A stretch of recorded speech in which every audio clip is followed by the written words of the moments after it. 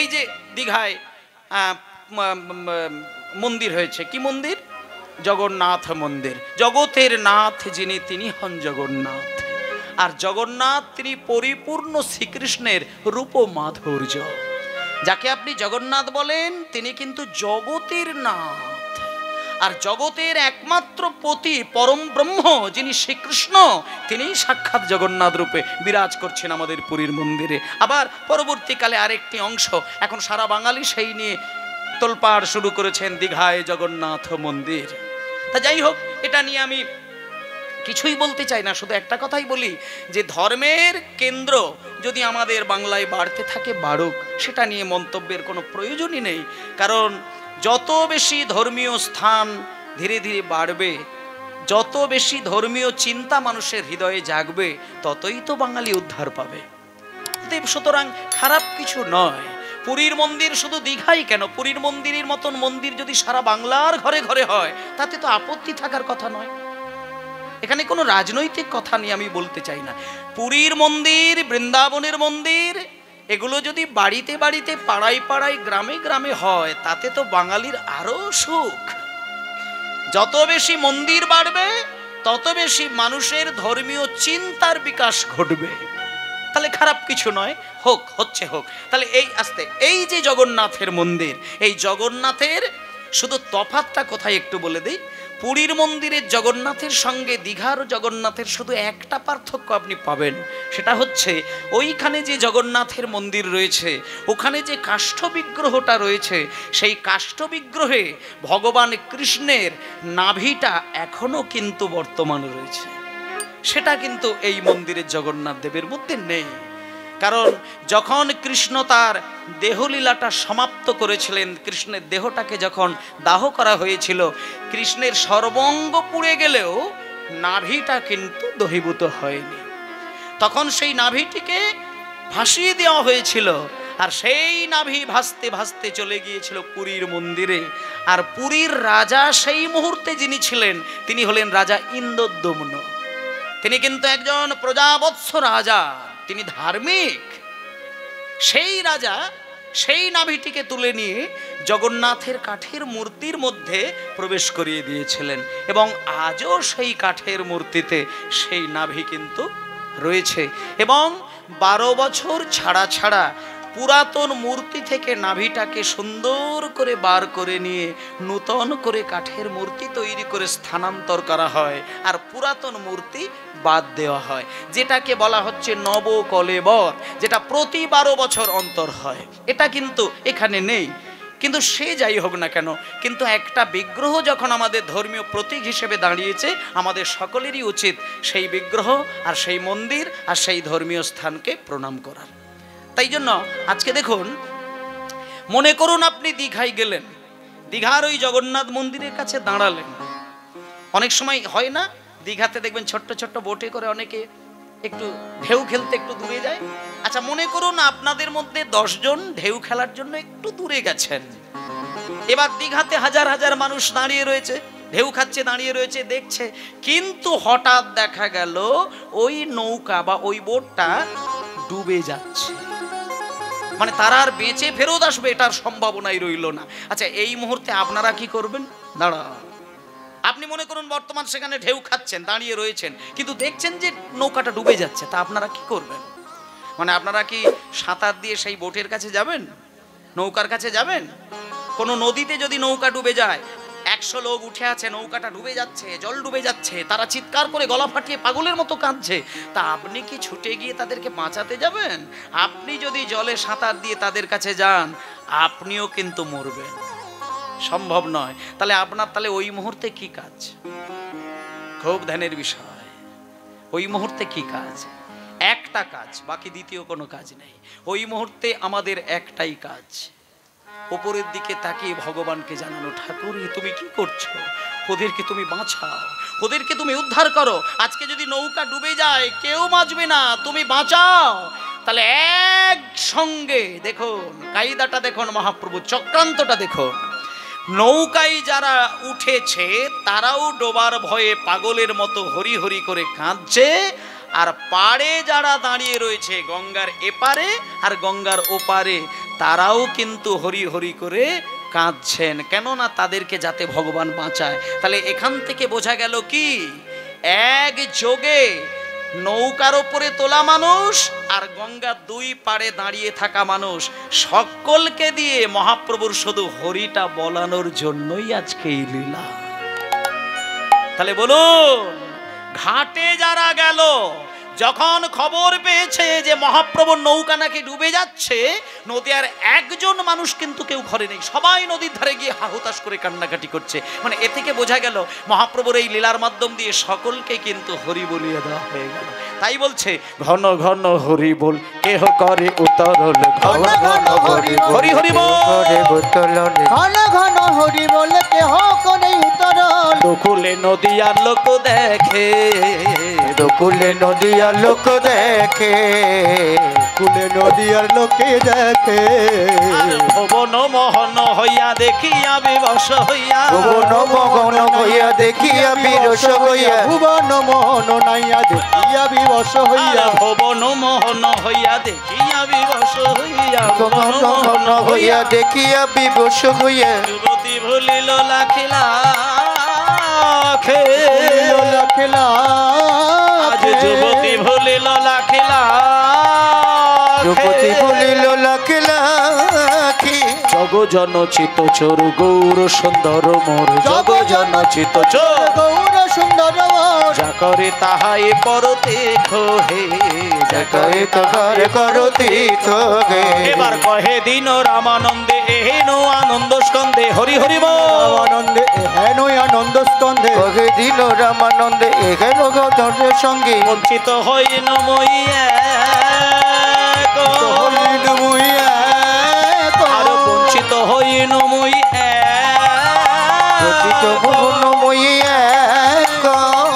আমি একা, আমি একা রইলাম আমি একা, রইলাম আমি একা। ওরা সবাই পার হলো, রইলাম আমি একা, ওরা সবাই পার হলো, রইলাম আমি একা।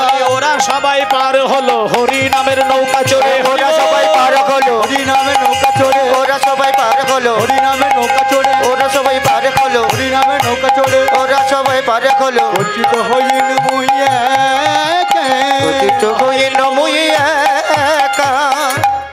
আহা বঞ্চিত হইন মই একা, হে বঞ্চিত হইল মুইয়া। গৌর হরি বল, বঞ্চিত হইন মই এক হে,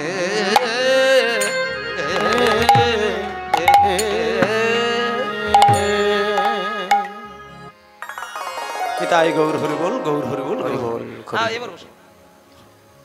আচ্ছা, তাহলে আপনাদেরকে বুঝিয়ে দিই, মায়েদেরকে বিশেষ করে বলি, বাবারা মোটামুটি বোঝেন, মায়েদেরকে একটু বোঝানোর দরকার।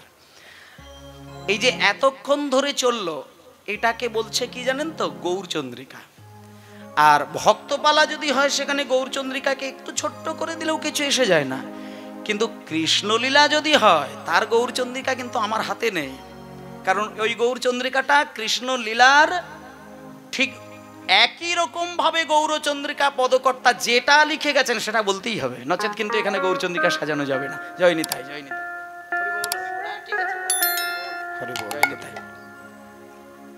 উনি সহদেব বাবু, খুব নামকরা একজন ব্যক্তি উনি। আমার কীর্তন আপনারা সবাই জানেন, ওনার বাড়িতে আমি কীর্তন গেয়েছি, তারপরে আবারও ওনার ডাকে পাশেই একটা গান যাব। তা জয় নিতাই, সবাই আপনার অনেকেই চেনেন ওনাকে, নিতাই গৌর হরিবল, গৌর হরিবল, জয় নিতাই। তা যাই হোক, উনি গৌরচন্দ্রিকা পর্যন্ত শ্রবণ করলেন, এতক্ষণ থাকারও ওনার কথা ছিল না। তা উনি আশীর্বাদ আমাকে দিয়েছেন, আর আপনারাও শেষ পর্যন্ত থাকবেন আমাকে আশীর্বাদ দান করার জন্য। কীর্তনের আসরে যারা যারা বসে আছেন, আমি অনুরোধ করব কীর্তন শেষ পর্যন্ত শুনবেন, আর শেষকালে আমাকে একটা জিনিস দেবেন, সেটা হলো আশীর্বাদটুকু দেবেন। প্রণাম কেউ করার দরকার নেই, আমি বিশেষ করে বলছি প্রণাম কেউ করবেন না, শুধু একটু আশীর্বাদ দেবেন, সে ছোট হোক, মেজো হোক, বড় হোক, যাই হোক, আশীর্বাদ দেবেন। জয় নিতাই। তাহলে গৌরচন্দ্রিকার মধ্যে আমরা খুব সুন্দরভাবে বুঝে গেলাম একটা জিনিস, যে গৌরহরির তিনটে বাসনার মধ্যে শেষ ইচ্ছেটা আজকে নৌকার ওপরে চড়ে ব্যাস ইচ্ছে পূরণ করলেন। মানে এক কথায় বোঝা গেল যে নৌকার ওপরে আমাদেরকেই তিনি উদ্ধার করবেন বলে এই কৌশলটা তৈরি করলেন, ব্যাস ওইখানেই শেষ। তাহলে আজকে এইটা বুঝলাম যে গৌরাঙ্গ মহাপ্রভু নৌকার মধ্য দিয়ে কেমন করে কলির মানুষকে উদ্ধার করলেন।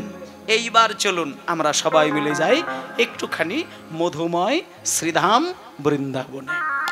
এবার বৃন্দাবনে গিয়ে দেখি সেইখানে কি আমার ভগবান কৃষ্ণ তিনি কেমন করে এইবার গোপীদেরকে নিয়ে এই পার থেকে ওই পারে করলেন, কেমন করে ভক্তের মনের আশা পূরণ করলেন।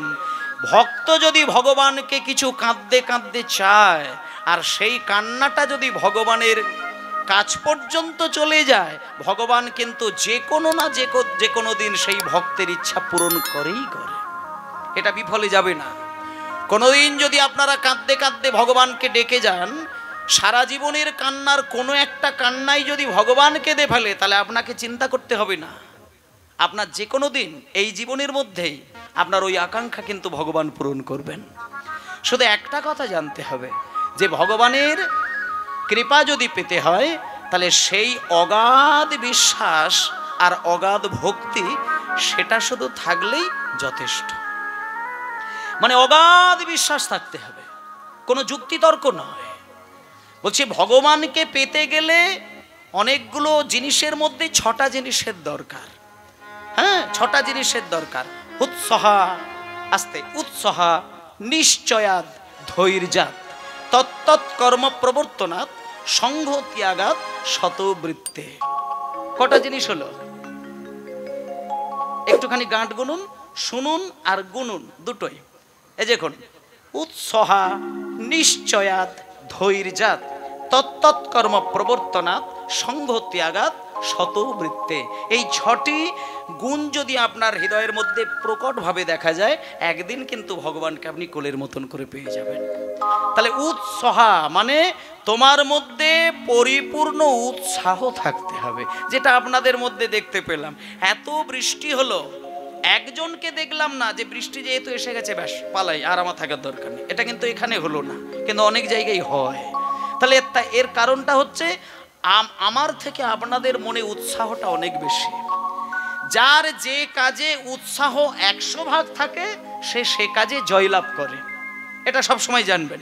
তাহলে এখানে আপনাদের উৎসাহটা অনেক গুণ বেশি, তাই এত বৃষ্টি কিন্তু আপনাদের মনটাকে বিষিয়ে দিতে পারলো না, আপনাদের মন কিন্তু অমৃততেই ডুবে রইল, আপনি কিন্তু যেতে পারলেন না। তাহলে উৎসাহা মানে উৎসাহ। 2 নম্বর হচ্ছে নিশ্চয়াৎ। নিশ্চয়াৎ মানে আপনি নিশ্চিন্ত হতে হবে যে কীর্তন যখন আমি শুনতে বসেছি তা আমি শুনবই। আমার সংসারে কি হচ্ছে, আমার স্বামী সেখানে কি করছে, কি আমার নাতি নাতনি সংসারে কি করলো, ঝড়ে কি দরজা ভেঙে গেল, এই চিন্তাগুলো ছেড়ে দিয়ে আপনি নিশ্চিন্ত মনে যখন এসেছেন কীর্তন শুনতে, ওইখানে ডুবে থাকুন। তাহলে উৎসাহ, নিশ্চয়াৎ। 3 নম্বর হচ্ছে ধৈর্যাৎ। ধৈর্যাৎ মানে ধৈর্য থাকতে হবে, মানে এসে যখন বসেছেন যতক্ষণ কীর্তনিয়া কীর্তন করবেন আমার ধৈর্যটা যেন তত বড়ই থাকে, ধৈর্যের কোনো ঘাটতি থাকলে হবে না। আর ধৈর্য আমাদের কাছে কত বড় সম্পদ জানেন? একটুখানি ধৈর্য হারা একটা মানুষের মৃত্যু পর্যন্ত এগিয়ে নিয়ে যায়। কত মানুষ অকালে প্রাণ দেয় শুধু কিসের জন্য? একটু ধৈর্যের অভাবের জন্য। সামান্য ধৈর্যের অভাবের জন্য একটুখানি জিনিস সাগরের মতো সমান হয়ে গিয়ে জীবনটা তজনজ হয়ে যায়। রাজা দশরথের সংসারটা তার প্রমাণ। সামান্য একটুখানি কথা সব শেষ করে দিলেন। তাই আমরা সংসারী মানুষ, কীর্তন শুনতে গেলে সবসময় নিজেকে এটা জানতে হয় যে আমাদের কোন গুণের দ্বারা আমার সংসার সুন্দরভাবে সাজানো থাকে। আর এটা আমি বলতে পারি গ্যারেন্টি দিয়ে, যে সংসারে মধুর মতন শান্তি না থাকবে সেই সংসারের মাঝখানে কিন্তু ভজনটাকে কিন্তু অমৃতময় করা যাবে না। আপনি হাজার টেনশন নিয়ে মন্দিরে গিয়ে আরতি করলে আরতির ঘণ্টার শব্দ পাওয়া যাবে, কিন্তু মন থেকে ভক্তির কিন্তু উদয় হবে না। আপনি জপের মালায় নাম করবেন তো কিন্তু সংসারে যদি অশান্তি থাকে, জপের মালা নাম করতে করতে কখন কোন সংখ্যায় মন কখন উড়ে গেছে আপনি বুঝতে পারবেন না। হঠাৎ করে মনে করবেন হাই রে বাবা সর্বনাশ হয়ে গেল, আমি একটু কুচিন্তায় চলে গেছিলাম। এটা হবে কারণ আপনি নিজ দায়িত্বে সংসারটা সাজাতে পারলেন না। যদি পারতেন তাহলে ভগবান নয়, ওই সংসার আপনাকে ভগবানকে ডাকার মতন শক্তি দিতে পারত। তাই আমি বলবো সংসারী মানুষের প্রথম দায়িত্ব কিন্তু সংসারটাকে অমৃতময় করা। আর সংসার যদি কারোর অমৃত মনে হয় তাহলে সংসারই তোমাকে ধর্মের পথে এগিয়ে দেবে। এটা কিন্তু সত্য। সংসারকে কোনোদিন নরক মনে করবে না, সংসারকে কোনোদিন পাক মনে করবে না, সংসারকে কোনোদিন বিষ মনে করবে না। তোমাকে চিন্তা করতে হবে ওই সংসারে আমার বাবার জন্ম আর ওই সংসারে আমার জন্ম। তাই সংসারকে তুমি কোনোদিন তুমি দোষ দিতে পারো না। শুধু নিজেকে তৈরি থেকো, সংসার তোমাকে স্বর্গ পাইয়ে দেবে। তাই মায়েরা আজকে 1 নম্বর হচ্ছে ধৈর্য। ধৈর্যটা বাড়াতে পারলেই তুমি একজন হয়ে যেতে পারবে। তাহলে ক নম্বর হলো? আস্তে। 3 নম্বর উৎসাহ নিশ্চয়ের ধৈর্য। 4 নম্বর হচ্ছে তৎকর্ম প্রবর্তনাৎ। মানে তুমি যখন যে কর্মের মধ্যে তোমার মন আর দেহটাকে রাখবে, সেই কর্ম আর সেই পরিস্থিতির মতন করে তোমার পরিবর্তনটাকে আনতে হবে। এখানে এখন কি করতে এসেছেন আপনারা? কীর্তন শুনতে। তাহলে কীর্তন আসরে এসেছেন মানে এই আসরের মতন করে নিজের পরিবর্তনটা আনতে হবে। এখানে যদি আমি কীর্তন গাইছি আর আপনি যদি লাভঝাপ করেন তাহলে সেটা আপনার ভুল হলো। আর আমি কীর্তন গাইছি আপনি যদি পাশের মানুষের সঙ্গে একটু গজর গজর করেন সেটা ভুল হলো। তাহলে আপনাকে ভাবতে হবে যে না, তৎকর্ম প্রবর্তনাৎ। আমি যদি রাজমিস্ত্রি কাজ করি তখন আমার ধুতি পাঞ্জাবি পরে মিস্ত্রি কাজ করা যাবে না, সেখানে একটু বারমোটা প্যান্ট হলেই ভালো হয়। কিন্তু কীর্তন আসরে বসে যদি সামনে কোনো বারমোটা প্যান্ট পরে একজন বসে থাকে আর একটা বিড়ি টান মারে, সেখানে কিন্তু আর আসল কাজ হলো না। তোমাকে ভাবতে হবে তৎকর্ম প্রবর্তনাৎ। আমি যে কর্মের মধ্যে ডুববো সেই কর্মের মতন করে নিজেকে পরিবর্তন করব। সুন্দর করে লীলাটা একেবারে সিনেমার মতো দেখুন, ছবির মতন করে দেখুন। মানে আমি কথাগুলো বলবো কিন্তু একেবারে মনটা দিয়ে প্রতিচ্ছবিটা দেখতে পাবেন, লীলা কাহিনীটা শুনতে হবে সেইভাবে। নৌকার উপরে মহাপ্রভু উঠলেন আর বিনা পয়সার খবর প্রচার করলেন। আর নদিয়াবাসী লাইন দিয়েছেন, শুধু নিমাই যেহেতু আজকে কাণ্ডারি হয়েছেন। আস্তে। এইবার যেখানে 100 লোক উঠবে সেখানে 200 লোক। আচ্ছা 200 লোক নৌকায় উঠেছে মানে নৌকার অবস্থাটা বলি, একেবারে কানাই কানাই ভর্তি জল হয়ে গেছে। মানে আর যদি 2 জন অন্তত উঠে পড়ে টাপাস করে ডুবে যাবে, ঠিক একেবারে কানাই কানাই জল। তখন মহাপ্রভু বললেন দাঁড়াও, আর উঠবে না, একেবারে কানাই কানাই জল, একটু টলমল করলেই কিন্তু সর্বনাশ হয়ে যাবে। এইবার কেউ আর উঠলেন না, পরের ক্ষেপে যাবে। এবার বসে আছে, অপেক্ষা করছে।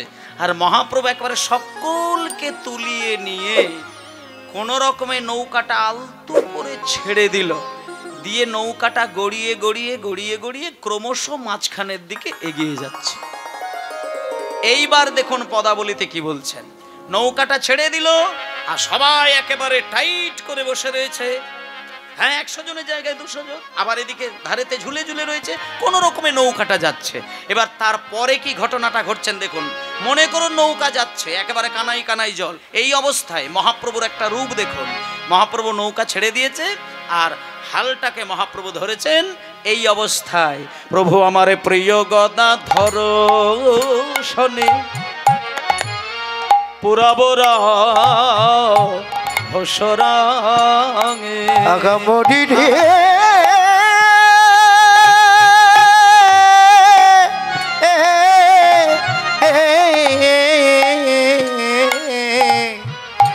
প্রিয় গদা ধর সঙ্গে পুরবর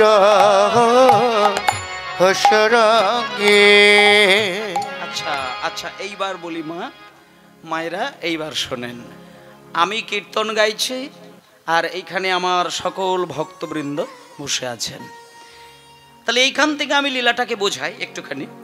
মনে করুন আমি কীর্তন গাইছি আর আপনারা শুনছেন, আর আমি কিন্তু একবার সামনের দিকে দেখা দিচ্ছি, একবার ওই দিক ঘুরছি আর একবার বাম দিকে ঘুরছি, তবেই তো আপনাদের ভালো লাগছে। কিন্তু এটা যদি না করে, লীলা আমি গাইছি, গানও আমি গাইছি, কথাও আমি বলছি, কিন্তু কারোর দিকে তাকাচ্ছি না, শুধু ওই বাঁ দিকের বায়নের মুখের দিকে তাকিয়ে আছি, আচ্ছা বলুন, এটা আপনাদের দেখতে কেমন লাগবে?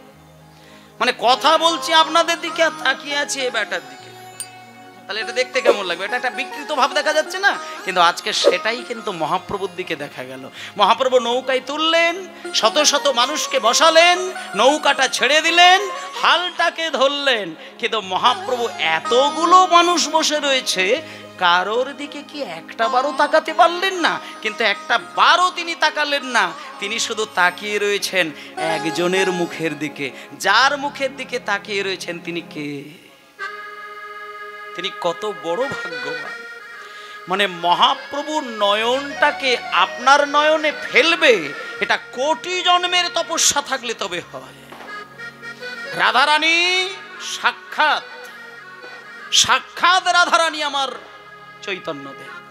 তাহলে রাধারানী কারোর দিকে যদি তাকায়, রাধার তত্ত্বের মধ্যে যে শক্তি সেটা নয়নে নয়নে তার কাছে চলে যায়। গিরি গোবর্ধন পর্বত যখন তুলে ধরেছিলেন কৃষ্ণ, তখন রাধারানী বাম দিকে দাঁড়িয়ে কৃষ্ণের নয়ন পানে তাকিয়ে রাধার পূর্ণ শক্তি কৃষ্ণকে দান করেছিলেন। আর সেই রাধারানী আজকে কৃষ্ণের সঙ্গে দুই তনু মিলেমিশে এক তনু হয়ে আমার গৌর সুন্দর হলেন। তাহলে সেই গৌর হরির মধ্যে কত শক্তি রয়েছেন, সেই শক্তির নয়ন দিয়ে কাকে তাকালেন? তিনি কত বড় ভাগ্যবান! শাস্ত্রে বললেন তিনি আর কেউ নয়, তিনি হলেন প্রিয় গদাধর সনে আজি পুরবর ঘোষরগে। আহা মরি রে হরি হরি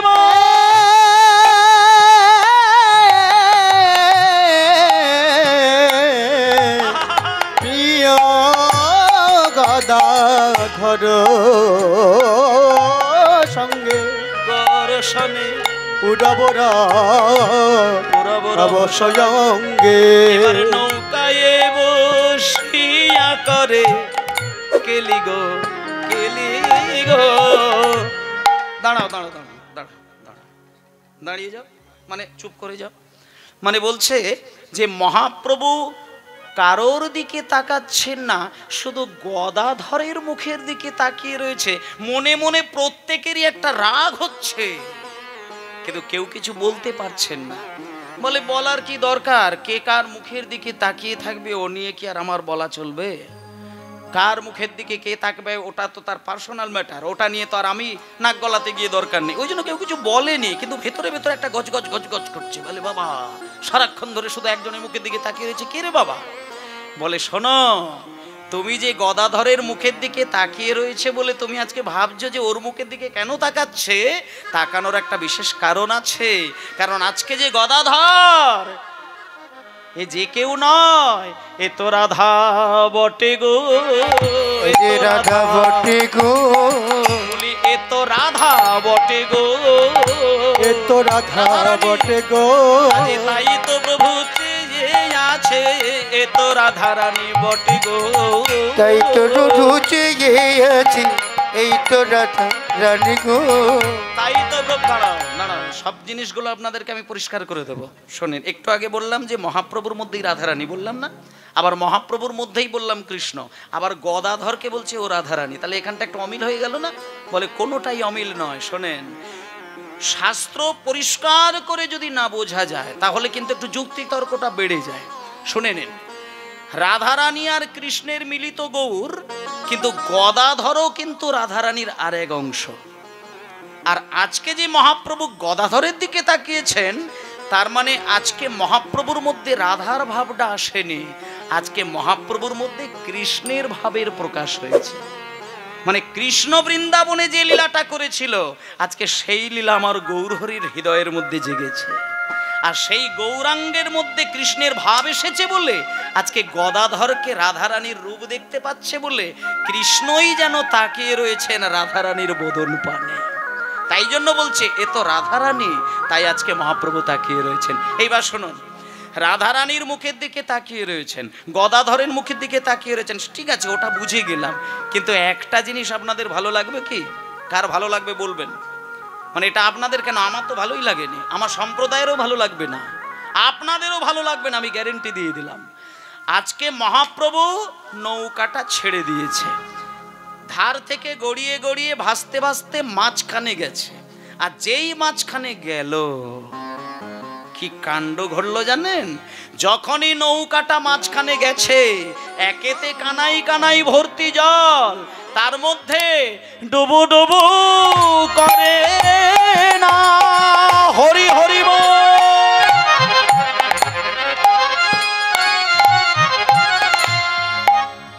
বহে বিষমবা ওই না ডুবু ডুবু করে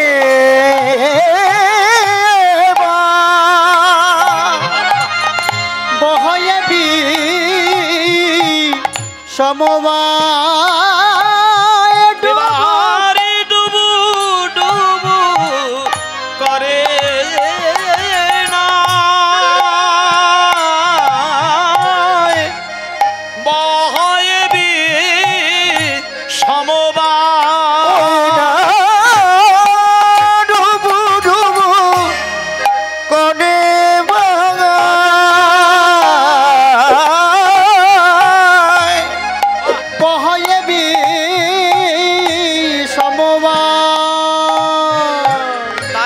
দেখি হাসে। আচ্ছা, পদগুলো বুঝতে পারছেন তো? আপনাদের এই গ্রামের হরিবাসরটি, যেটা বাবারা গিয়ে আমাকে বললেন যে আপনারা যথেষ্ট অনুরাগী ভক্ত, আপনারা কৃষ্ণলীলা শোনার মতন ক্ষমতা রাখেন। মানে সব হরিবাসরে কিন্তু কৃষ্ণলীলা পরিবেশন করলে চট করে নিতে পারেন না, কিন্তু আপনাদের এখানে যেহেতু চল আছে, আপনারা যথেষ্টভাবে অনুরাগ আপনাদের রয়েছে, তাই আমি এই কঠিন পালাটা লীলাটা আজকে গাইবার চেষ্টা করছি আপনাদের কাছে। শোনেন, বলছে ডুবু ডুবু করে না বহয়ে বিষমবায়, মানে নৌকাটা মাঝখানে গিয়ে ডুবে যায় যায় যায়। তাহলে নৌকা যদি মাঝপথে গিয়ে ডুবু ডুবু অবস্থা হয়, আচ্ছা বলুন সেখানে কি হাসাহাসির শব্দ পাওয়া যায় না কান্নার সুর বেরিয়ে আসে? কান্নার তো। কিন্তু আজকে দেখুন তো কি হচ্ছে, আজকে কি কায়দাটা করেছে দেখুন তো। বলছে দেখি হাসে গোরা মন মালি গো, আজকে দেখি হাসে গোরা বনমালী। ওই না দেখি ঘাসে গোরা বন মালি গো, দেখি হাসে গোরা বনমালী। এই দাঁড়াও দাঁড়াও দাঁড়াও দাঁড়াও, এসব বাজে কথা ছাড়ো। লোকে ডুবে যাচ্ছে, হাহুতাশ করছে, শিশু মানে মা বাবা পুত্র সবাই উঠেছে নৌকায়, সবাই ডুবে যাচ্ছে, হাহুতাশ করে বুক চামড়ে কান্নাকাটি করছে। আর মহাপ্রভু এই দৃশ্য দেখে না ও মা হি হি করে খিলখিল খিলখিল খিলখিল করে হাসছে। আচ্ছা এইবার বলুন, নৌকা ডুবে যাচ্ছে, এই একটু আগে বৃষ্টি হচ্ছিল, প্যান্ডেল একবারে কলসি ঢালা করে জল দিচ্ছিল, এটা দেখে যদি কোনো একটা ব্যক্তি হাহা করে হাসে, আপনাদের কেমন লাগবে? রাগ আসবে না? সামান্য বৃষ্টিতে হরিনাম হচ্ছে, বৃষ্টি এসে যে গেছে এটাই দুঃখের বিষয়। সেখানে যদি কেউ হাসে, আপনার মনে হবে গিয়ে দুম করে মুখে একটা দিই ঘা, হ্যাঁ মনে হবে না? বলে এত সুন্দর যজ্ঞ হচ্ছে আর এখানে আবার তুমি হাসছো। কিন্তু মহাপ্রভু ওইভাবেই হি হি করে খিলখিল করে হাসছেন। শোনেন, হি হি করে হাসছে, খিলখিল করে হাসছে, হাল ছেড়ে দিয়ে হাসছেন, কিন্তু কেউ সাহস করে মহাপ্রভুর কাছে গিয়ে প্রতিবাদ করতে পারেননি। এই কারণেই প্রতিবাদ করতে পারেননি, প্রতিবাদ করতে গেলেই মহাপ্রভু উল্টে কিন্তু আপনাকে কথা শোনাবে। কি কথা শোনাবে? শুধু একটা কথাই যদি প্রভু বলে দেয় যে বিনা পয়সার লোভে যখন উঠেছ তো ডুবে মরো। আমি কি কাউকে টেনে টেনে তুলেছি? আমি শুধু বলেছি বিনা পয়সায় পার হবে। তা তোমাদের লোভটা এত কেন যে 100 জনের জায়গায় 300 জন উঠেছো তখন ডুবে মরো? তা কেউ কিছু বলে না, দাঁত কেমড়ি খাচ্ছে, কিন্তু কিচ্ছু বলছে না। কিন্তু মায়েরা, কেউ কিছু হয়তো বলেনি, কিন্তু একটা জিনিস জানেন তো, পাগলের কোনোদিন লাজ লজ্জা থাকে না। পাগল কোনো লাজ লজ্জা নিয়ে কথা বলে? পাগলের কোনো লাজ লজ্জা নেই। ওই যে 200 লোক উঠেছে, ওই যে 300 লোক উঠেছে, ওদের মধ্যে সকলেই ভালো, রেগে উঠছেন, প্রভুকে কিছু বলেননি, কিন্তু ওই ভিড়ের মধ্যে একজন কিন্তু পাগল বসেছিলেন। সে আর কেউ নয়, সে হলো নিত্যানন্দ পাগল। নিত্যানন্দ পাগল সে গৌর হরির এই রূপটা দেখে সে কিন্তু সহ্য করেনি। সে ভিড়ের মধ্য থেকে দুম করে উঠে পড়লেন। উঠে পড়ে ছুটে গিয়ে ভিড় কাটিয়ে মহাপ্রভুর কাছে গিয়ে বললেন, নিমাই,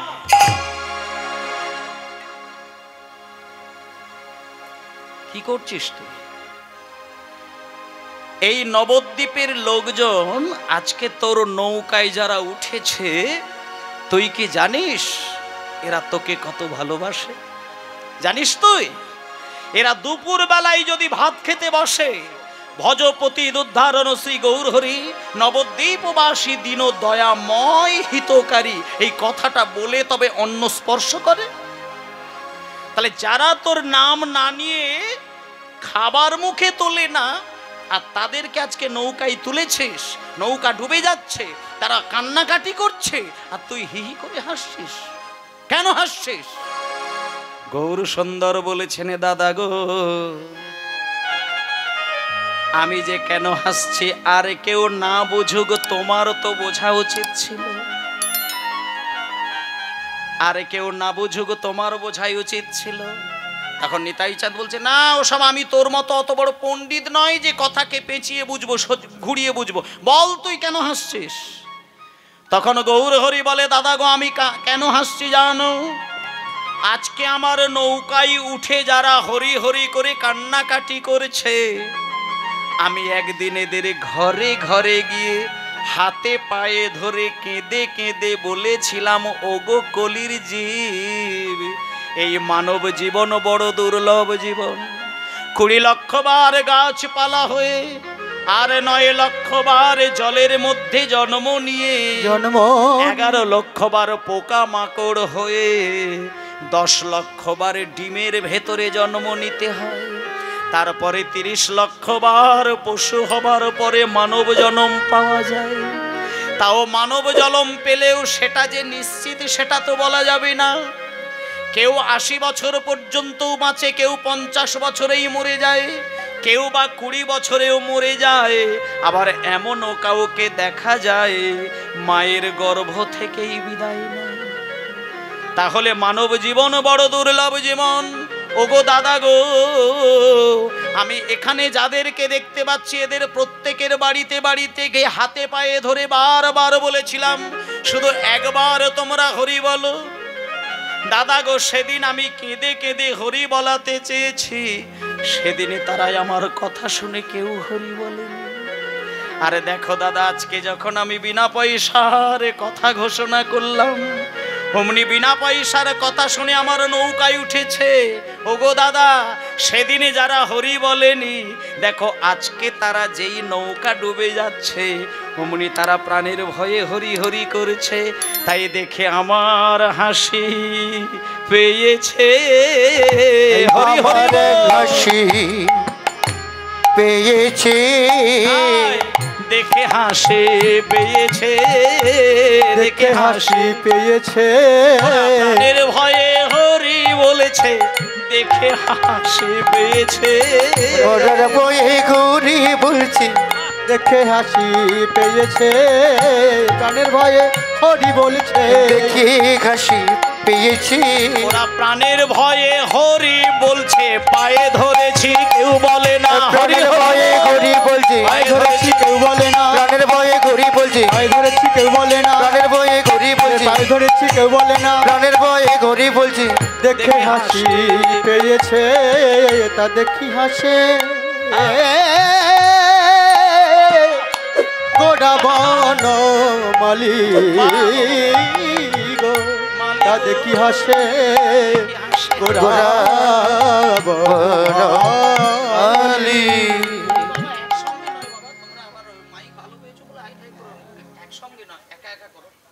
দেখি হাসে গোরা বনমালী। জয় নিতাই। আস্তে হোমা, তাহলে এই পর্যন্ত বুঝতে পারলেন তো? একেবারে নিখুঁতভাবে কীর্তন শুনতে হবে। কীর্তন শুনে আপনার এই ভেতরে যে আত্মতত্ত্বটা রয়েছে, যে জীবাত্মা রয়েছে, ও যদি প্রশান্তি লাভ করে, আপনি জানলেন আপনি ভগবানের কৃপা অবশ্যই পেলেন। মানে যে জিনিসে আত্মতৃপ্তি হয় না, যে জিনিসে জীবাত্মা কাঁদে না, যে জিনিসে জীবাত্মা পরমাত্মাকে অনুসন্ধান করতে পারে না, তাহলে জানতে হবে সেটা মহাপ্রভুর কৃপা আপনি পাননি। আস্তে বাবা আস্তে, কথা নয়। তাহলে আজকে আমি আপনাদের কাছে যেভাবে আজকে লীলাটা পরিবেশন করব, যদি মনটা সম্পূর্ণরূপে আমার কথার মধ্যে ধ্যান দেন, তাহলে আপনি দেখবেন সম্পূর্ণ গৌরাঙ্গের যে লীলা কাহিনী ওটা আপনি উপলব্ধি করবেন। আর উপলব্ধি করলেই দেখবেন আপনিও বুঝতে পারবেন না। আমি 100% গ্যারেন্টি দিয়ে বললাম, আপনার চোখে যে কোনো মুহূর্তে এক ফোঁটা হলেও অশ্রু বিগলিত হবে। আর এক ফোঁটাই জলের দরকার, 2 ফোঁটার দরকার নেই।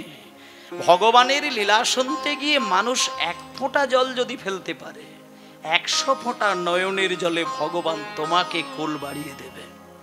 ভগবান এত বড় দয়াময়, তিনি বলেছেন ভক্ত আমাকে ডাকতে গিয়ে 1 ফোঁটা জলে শুধু কাঁদুক, আমি 100 ফোঁটা নয়নের জলে তাকে হৃদয়ে জড়িয়ে ধরে কাঁদব। এ হলো সেই নিমাই যে নিজের জীবন দিয়ে সংসারকে নষ্ট করে জগৎ সংসারের মালিক সেজেছিলেন। আজকে সেই নিমায়ের লীলা আজকে শুনছি। শোনেন, তাহলে মহাপ্রভু আজকে কেন হাসতে শুরু করলেন, এর গভীর তত্ত্বটি যদি অনুভব করার ক্ষমতা থাকে তাহলে বুঝতে পারবেন। আজকে নিতাই চাঁদকে বুঝিয়ে দিলেন। এইবার শুনুন মা, তাহলে নিত্যানন্দকে যখন বুঝিয়ে দিয়েছে, নিতাই চাঁদ সম্পূর্ণ বুঝে গেলেন যে আজকে গৌরহরি কেন কান্নাকাটি বাদ দিয়ে হাসাহাসি করলেন। কলির মানুষ স্বার্থ যখন বুঝতে পারে তখন গিয়ে ভিড় করে, কিন্তু বিনা স্বার্থে কিছু দেবার জন্য কোথাও লাইন দেয়নি। এটা মহাপ্রভু জানলেন। এবার দেখুন, মায়েদেরকে একটা কথা বলি, মনে করুন আপনি কোনোদিন বেড়াতে গেছেন,